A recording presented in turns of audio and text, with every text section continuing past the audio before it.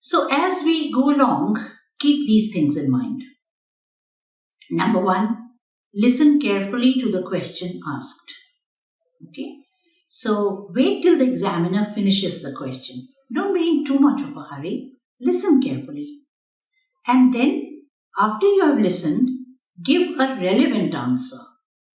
So don't think that because you're supposed to speak a lot, that doesn't mean that you can just start from any point, even if it is irrelevant, and then go on to answering the question. Try to give an answer which is directly relevant to the question. So don't go off track. Don't go into something else which is not directly connected with the question. And be appropriate. Be appropriate in terms of your answer. That is, try to be exact and precise. Don't beat about the bush, as we say. That is, to indirectly say a lot of things. We call it digression, that when you digress, you go to other topics and then you try and link those topics with the topic that is being discussed. That will unnecessarily take you off track. So try and give a relevant and appropriate answer. Remember that the discussion will be on questions which are linked to the topic in part 2. So there is a sense of continuous speech. From part 2, you will go on to part 3. And one of the tips that you must keep in mind is that you can ask the examiner to rephrase the question if you don't understand it. That means that perhaps the examiner has spoken a question which is quite complex, or the sentence is long. So you can, of course, ask the examiner to rephrase it if you don't understand it. But if it is a simple question, then if you listened carefully to that question, you should be able to understand it. And if you're not able to understand even a simple question, then that doesn't go to your credit. You should be able to understand fairly simple questions and respond to them.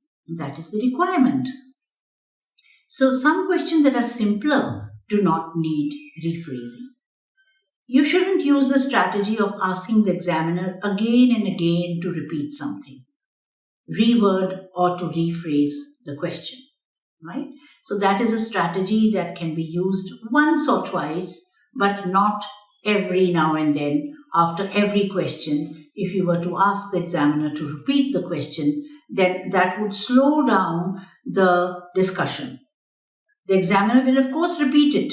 The examiner will not refuse to repeat it, but it will cut down into the time that you have for that discussion, the two-way discussion, which would be for about 4 minutes or so. And remember that you have to use that time to give as much of a display of your language as you can. But if you keep asking the examiner to repeat the question, then you're not displaying your own language. And it is important for you to take the opportunity to display your own language. That is why it is recommended that you don't ask the examiner again and again to repeat the question. Now, you can give a short reply. You can give a short sentence in reply, but then the examiner will ask you more questions on that same subject. So then you can extend and develop your answer. This is what is needed in this part of the test, that you give an extended answer, that you give some detail, that you give some examples or illustrations of what you're saying, and then you will get the guidance from the examiner in this sense that the examiner may stress some words. The examiner may say, in what way do you think this is happening? Or how exactly would you understand this question?